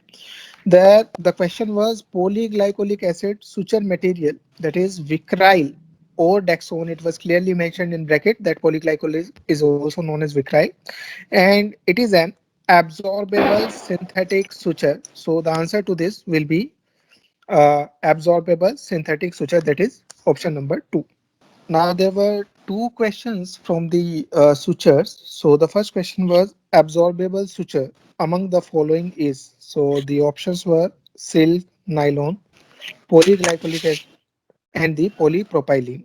So if we go back to the question bank itself under pre-prosthetic and orthognathic surgeries and miscellaneous chapter of oral surgery, you'll find this particular question, which is the direct question with almost similar options also. So the question was absorbable suture among the following is, and the answer to that was polyglycolic acid. So the detailed explanation was also there. That was a concised table was given with that, in which absorbable sutures and non-absorbable sutures were given. So here we can see polyglycolic is the absorbable suture. So if we go back to the question, the answer to our question, the absorbable suture among the following is the polyglycolic.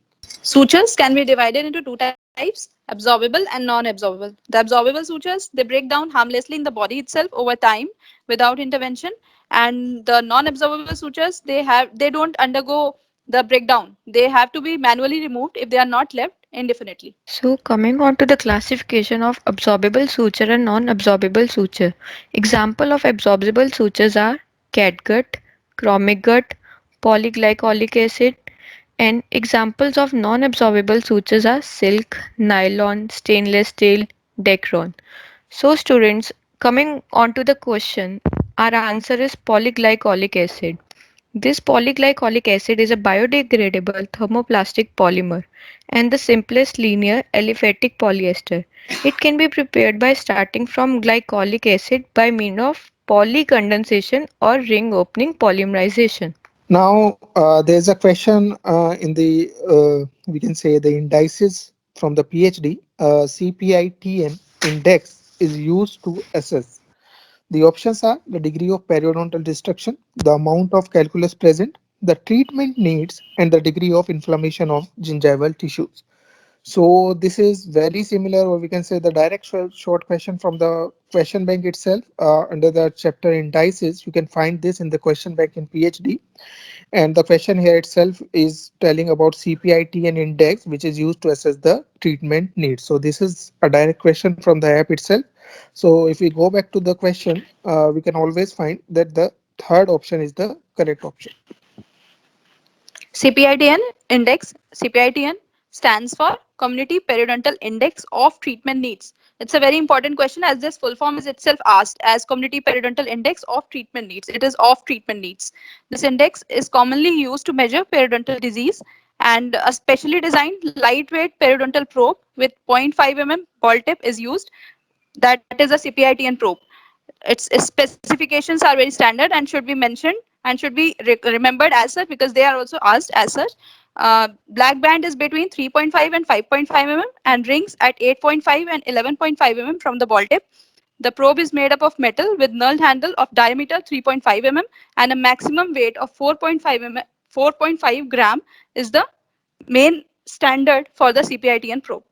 According to Nagpur classification, cleft lip with cleft palate is categorized under. Now, this is an Indian system of classification, and this basically classifies the cleft lip and cleft palate. And there are four groups. So, if we see, there was a question under the chapter cleft lip and palate under the surgery by surgery question bank. You can find the same question where Nagpur classification is used for was asked, and the answer was left lip and palate. Now this becomes little indirect, but yes, explanation was given, and in the explanation we have clearly mentioned the Nagpur's classification. So in the Nagpur classification, if we see where we are going to find the cleft lip combined with cleft palate. So if we see group 3, it is for combined cleft lip, alveolus and palate in continuity, and that should be your answer. So if you go back to the question again, you'll find group 3 will be the answer to this question. Students, as you see, there are so many questions there repeating from our Meriters app. I would like to add some notes to the Nagpur's classification. Nagpur's classification is basically a given by Indian, who is a very well-known famous plastic surgeon, Professor C. Balakrishnan. He basically divided all the cleft into three types. He clubbed into three groups basically. In the first group, which include only cleft lip, another there is one subgroup to the cleft lip, that is cleft lip with alveolus. Another one is group 2. In this only cleft palate only, without any with lips and alveolus. With cleft palate alone, it is come under group 2. Another one is group 3. In this, it is combined cleft lip, alveolus, and cleft palate. So it is basically an advantage to use Nagpur classification for clinicians. It is very easy to communicate with in between clinicians and also to the lab technicians for fabricating obturator everything. Now there was a question on fluorosis. It was according to Dean's fluorosis index, severe fluorosis is. So we have to just know about the Dean's fluorosis index. You can find the reference to this particular question from the bite fluoride toxicity, and even in the indices also it's mentioned there. Under the miscellaneous chapter, under subject that is public health dentistry, you'll find the fluorosis, and this is very beautifully explained there. So the severe fluorosis, I'll be just talking about the characteristics which are asked in the exam. It is a discrete confluent pitting, and brown stains are widespread and teeth often present as a corroded like appearance. So there will be a corroded appearance, or we can say the rusted type of appearance, and there will be discrete confluent pitting on the surface of the teeth. Okay, so that is called that is one of the grade of the fluorosis, that is the severe fluorosis.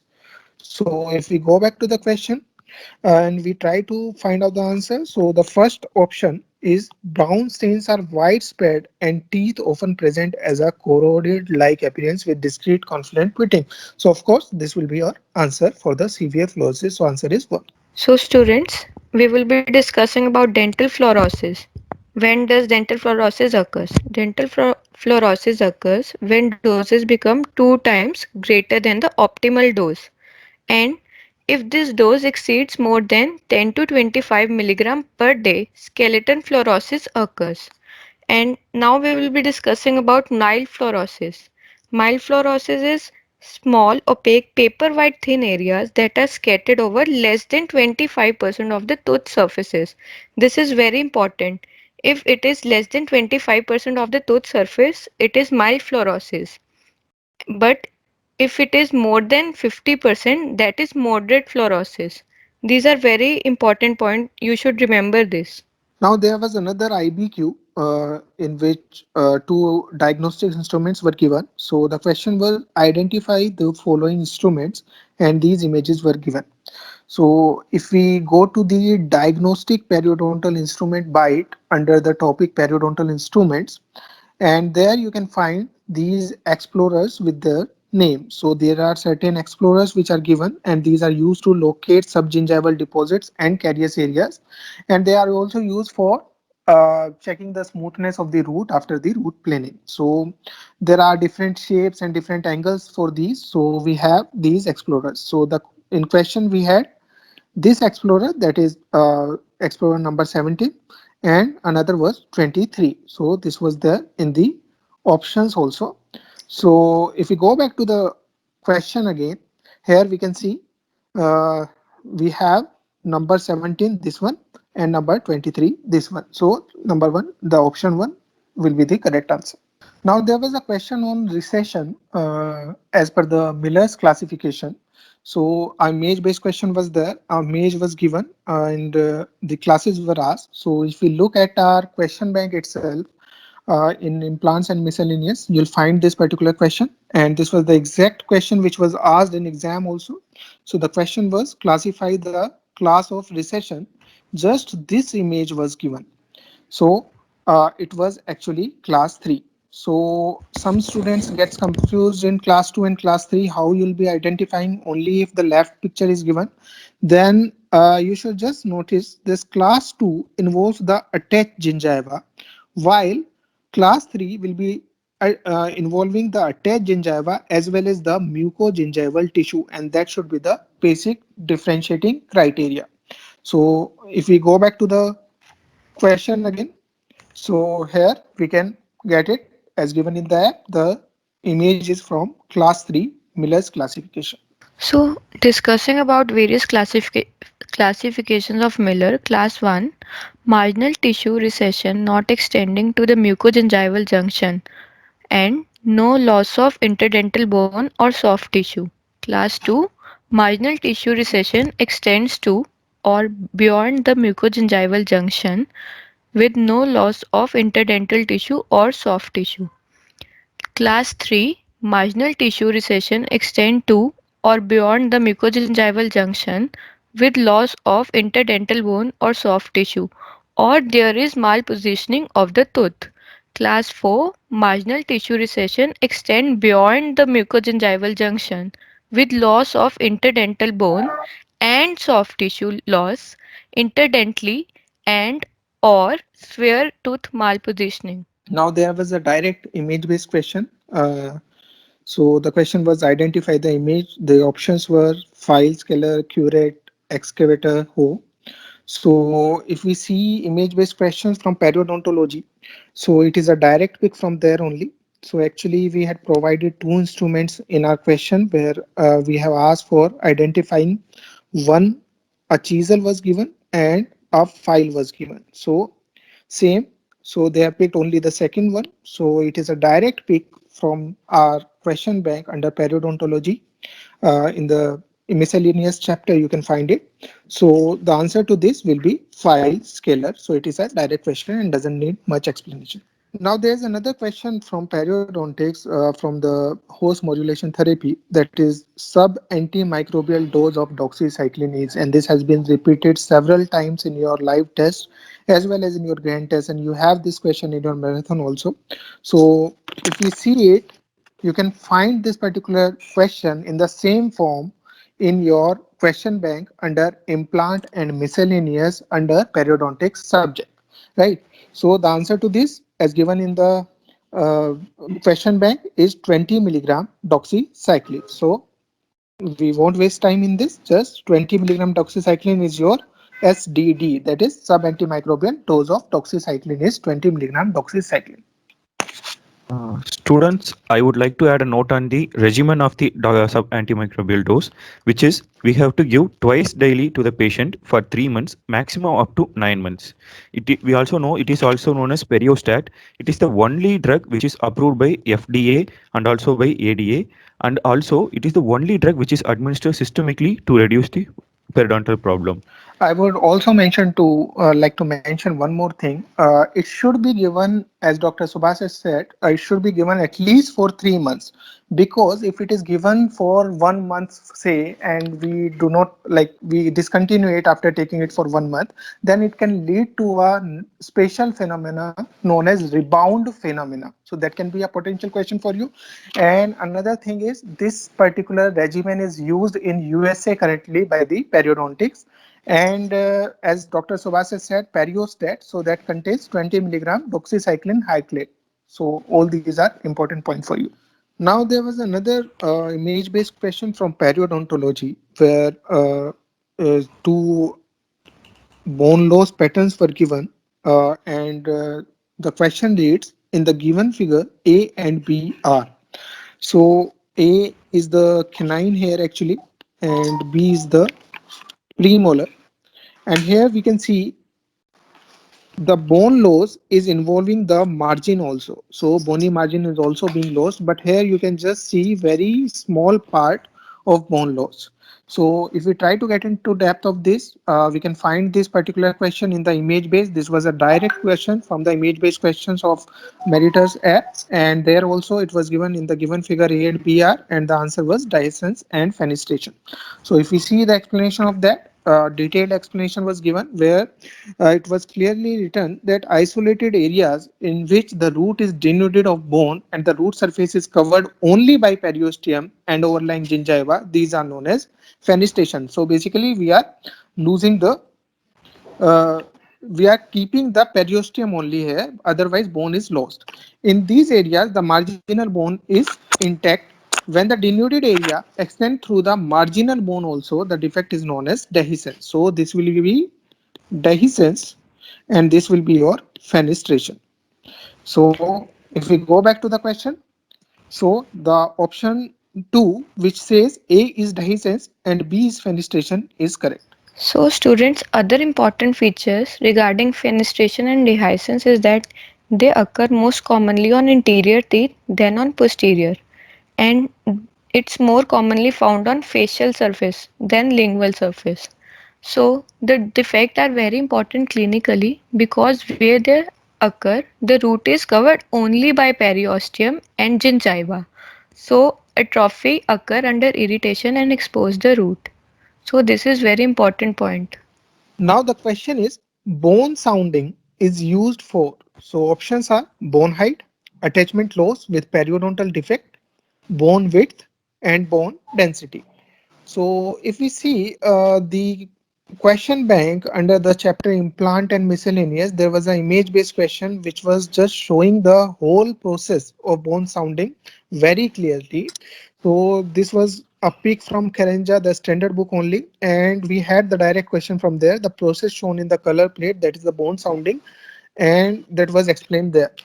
So if we see the explanation of that particular question, so we can simply get that the probing, this particular probing is known as the bone sounding, and this bone sounding is done under the local anesthesia, and we insert the probe down to the bone and the probe is walked through along the along the whole tooth, and then it will be checking the bone architecture. So what is it? Bone architecture, that means the bone height only we are going to check. So if we go back to the question, the bone sounding, the most appropriate option will be bone height. Students, as you see, bone sounding is also known as transgingival probing. As it is, we know that painful procedure. We will vertically insert the probe into the pocket depth and we will use it to judge the bone height. So it is one of the ideal method of judging the bone height also, apart from that surgical exposure of the elevation of the mucoperiosteal flap. The transgingival probing depth is the distance from the gingival margin down to the bone. It is measured by inserting the probe into the gingival crevice through the attachment apparatus and down to the bone. It is basically used to this transgingival probing interdental probing depth is used to provide a guide for the placement of submarginal scalloped incisions. Now there was an image based question where implant was shown and the height was asked. So this was similar to this question only. So this height was asked. So we can conclude that this was the height from the occlusal level to the bone bone level. Okay, so that should be the distance to which the implant with prosthesis should be placed. So if we refer our bites on implants under the topic implant and overview under periodontic subject, we can see this particular figure where it is clearly explained that the bone level, so this is the bone level and this is the occlusal table. So the actual distance between the bone level and occlusal table is 8 mm, and that's what was asked in the question. So the correct answer will be direct one, direct pick from the bytes, that is 8 mm. So students, now discussing more important points about this question is, first is about biological width. The average biological width around implant is approximately 3.8 mm, which has significant influence on its character and depends upon a variety of characteristics like implant design and presence of adjacent teeth. and quality of soft tissue. Second thing is about uh, cement retention. That is abutment height is 5 mm in implant. And third thing is that implant should have at least 1 mm clearance. So, yeah, one important thing doctor has mentioned that if we are giving the cement retained prosthesis, that will be requiring good amount of height of implant because that's the only method with which it is getting stick to the implant. So at least height should be 5 mm, then only it will retain there.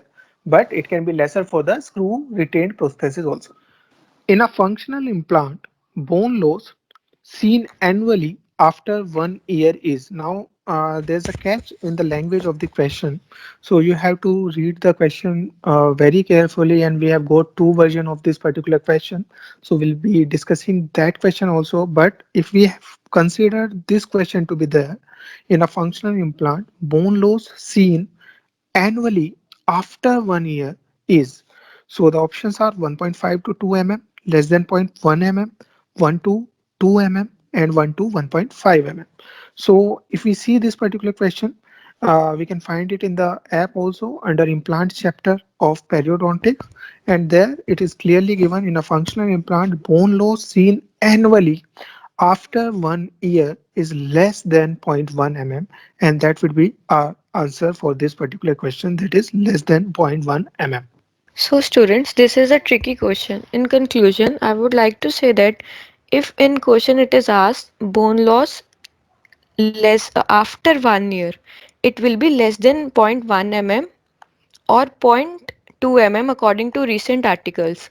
But if in question they have asked about bone loss seen after implant placement within 1 year, then answer will be 1 to 2 mm according to recent articles. Yeah, I want to reiterate and want to repeat the same statement again in my words. If they say the bone loss is there, so during the first year there will be more bone loss, so that will be around 1 to 2 mm. But annually, after first year, annually there will be less bone loss. So some article says this is zero point 0.2, less than zero point 0.2 mm, and most of the articles are saying that it is less than zero point 0.1 mm per year. Now the question is from PhD. Which of the following bias is due to different admission rates for different disease? So keyword for us here is different admission rates for different disease. So we all know the answer. Let's see the options first. Bergensonian bias, community bias, telescopic bias, and the Neiman bias. So if we see the epidemiology chapter, the question bank itself also, then there is clearly mentioned, there's a question that is mentioning Bergensonian bias is in a case controlled study is biased due to different admission rates for different disease. So we can say this is a direct question. Also, if we see the bites, if we refer to the bite under the epidemiology chapter in the PhD, we can see that there are various types of bias, and Parkinsonian bias is also explained there. This is a bias which is also known as the admission rate bias, and this is the keyword for us. So, of course, the answer to this question, we are going to go with the first option, Parkinsonian bias. So, discussing about other options, telescopic bias. If a question refers to a recent past episodes that occurs longer ago, may also be reported. And Neyman bias, also called as prevalence incidence bias. This bias is due to missing fatal cases, mild or silent cases of short duration of episodes from this study. Now, this is also a direct question from app. Full mouth disinfection is done in. So the options are 24, 48 hours, 72 hours, and 36 hours. So if we see, we have the exact question, full mouth disinfection is done, and the options are also similar.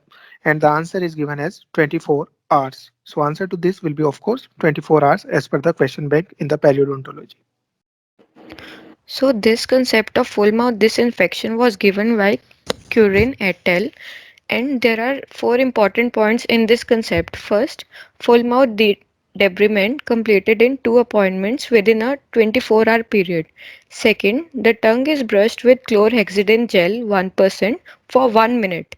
And third, mouth rinsed with a chlorhexidine solution 0.2% for 2 minutes. Last, periodontal pockets are irrigated with a chlorhexidine solution 1%. Now the question is from the LA section of the exodontia, we can say oral surgery. So which of the following is used to reverse the effect of LA in pediatric patient to avoid self-inflicting injury due to LA? Now the keyword for this question is reverse. So we are not going to discuss about the short acting LA, but we are going to discuss about the reversal effect of this. So the options are procaine, EMLA, phentonolamine, and the petroleum jelly. So if we see the complications of LA bite under local anesthesia under oral surgery, we can get a direct short key point. So this key point himself says that the reversal of LA can be done by phentolamine mesylate, and that can be considered as the direct answer also. So the answer to this question will be, of course, nothing else, the phentolamine mesylate. And also in pediatric patients, if we are going to give the local anesthesia, then we can think about providing or giving the procaine because it is a ultra short acting LA and it is preferred in pediatric patients.